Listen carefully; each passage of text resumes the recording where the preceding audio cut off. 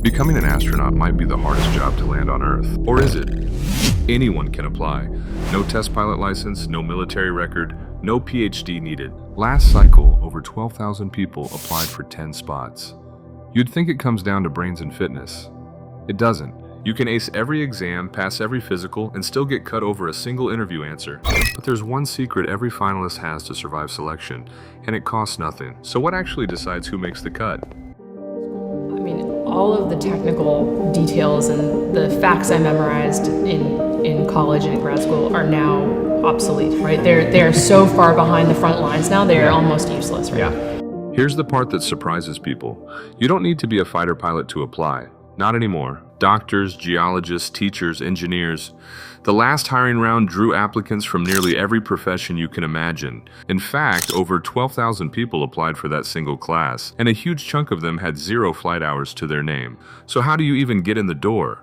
It starts with a bachelor's degree in a STEM field: math, engineering, biology, physical science, computer science. That's it. That's the baseline. From there, most agencies want 3 years of progressively responsible experience, or alternatively, 1,000 hours as pilot in command of a jet aircraft. There are 2 doors, not one. You could be a research scientist publishing papers in Antarctica, or a surgeon doing rural medicine, or yes, a military pilot. All of those count. Then comes the physical, a NASA long-duration flight physical, roughly equivalent to a military flight physical, checking blood pressure, vision, that kind of thing. Nothing superhuman required. You don't need 20/20 vision anymore. Corrective surgery is fine. The bar on paper is a lot lower than the mythology suggests. But here's the part that isn't in the brochure. Of those 12,000 plus applicants, only about 10 make it through. That's a selection rate under 0.1%. Harder than getting into Harvard, Stanford, and Yale combined, with room to spare. And here's where it gets weird. Passing the minimum qualifications doesn't even get you an interview. It gets you into a pile, a very large pile.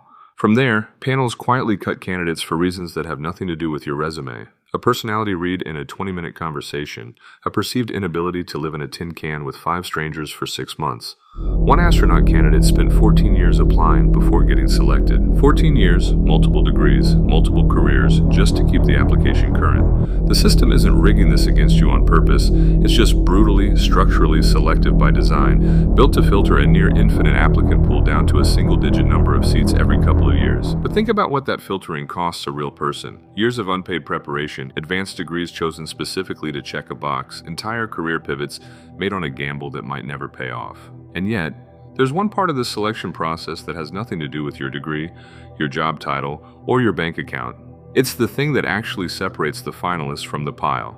We'll get to exactly what it is, but first, you need to understand why so many qualified people never even make it to that final round. $13,050 a year. And when I left NASA 8 years later, they were paying me $25,000 a year. Everybody thinks. Okay, so let's say you're one of the 10. You beat the odds. The money question is basically over. Once selected, astronaut candidates become full federal employees with a government salary, full benefits, and every dollar of training paid for. There's no tuition, no gear to buy, no GoFundMe for launch costs. In fact, candidates start earning a real salary in the range of $100,000 to $150,000 a year from day 1 of training before they've ever left the ground. Here's how that works. For roughly 2 years, candidates rotate through a curriculum that covers spacewalk training in a massive underwater pool, robotics on simulators, Russian language classes for the ISS, wilderness survival, even T-38 jet training. Every hour of it is salaried, every certification, every dive, every simulator run, covered. If you've been dreading Layer 1's math, the 8-figure self-funded path, breathe easy, because that path stops mattering the second you're selected. This is a job, a federal one, with a pension. But here's the catch nobody mentions once you're actually in the building. Getting selected doesn't guarantee you a flight. In fact, for roughly 350 people who've held the title NASA astronaut since the Corps began, dozens have gone their entire careers without ever leaving the atmosphere. And here's where it gets weird. The flight roster isn't based on seniority, and it's not really based on how well you did in training either. Assignments come down to mission needs, how many seats are open, what skills a specific mission requires, how the schedule shakes out over years, sometimes over a decade. One astronaut waited 13 years between selection and their first launch. 13 years of training, staying flight ready, watching classmates fly first, while your own name just sits on a list. It's less like a career ladder and more like a lottery you keep re-entering every single year. And yeah, imagine explaining that timeline to your family at Thanksgiving. This isn't a case of favoritism or office politics, it's simple scarcity. There are only so many seats on so many missions, and the core is deliberately kept larger than any single flight schedule needs. So NASA always has trained astronauts ready when a seat opens. Which means even after you've cleared every filter, the degree, the interview, the 12,000 competitors, a huge share of selected astronauts still spend years, sometimes their whole careers, waiting on a launch date that may never come. So the money's solved, the seat isn't. Which brings us right back to that one detail we planted earlier. The thing that has nothing to do with money, and as it turns out, might be the real reason some candidates fly in 2 years while others wait 13. It's time to finally explain what that actually is.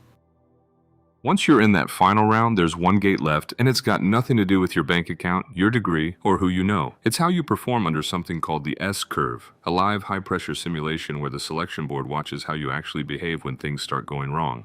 Roughly 120 people make it to this final round out of the original 12,000. And this is the one place in the entire process where a candidate with 0 connections and a candidate with every connection in the world are being judged by the exact same thing: how you handle stress, ambiguity, and other people in real time. No resume fixes that. No amount of money buys you a better answer when a simulated system starts failing and the board is watching how you communicate, how you listen, whether you get territorial or stay calm. If you strip away every other filter in this video, this is the one that's actually pure.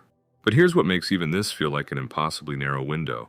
Out of those 120 finalists, maybe 10 get selected, sometimes fewer. That's not a money problem or a resume problem anymore.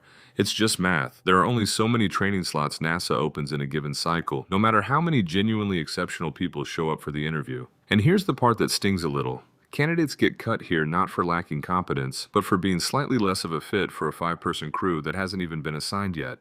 One rejected finalist described getting cut after being told essentially they were too intense for the room. Imagine spending 14 years building a career for a single evaluation to come down to something that specific. And yeah, if you've ever bombed an interview for a reason you couldn't quite name, this will feel familiar.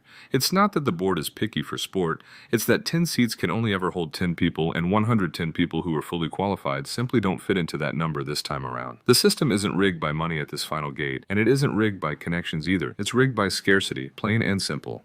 There are only ever a handful of seats, no matter how many people show up ready to earn them, which is exactly why this bar stays this high for everyone, every single cycle, regardless of what's in your bank account or your Rolodex. But here's the thing worth sitting with. Every current NASA astronaut, every single one, walked through that same S-curve, sat in that same room, and cleared that same impossibly narrow bar. The door didn't close. It's just a lot narrower than it looks from the outside, and somebody walks through it every couple of years.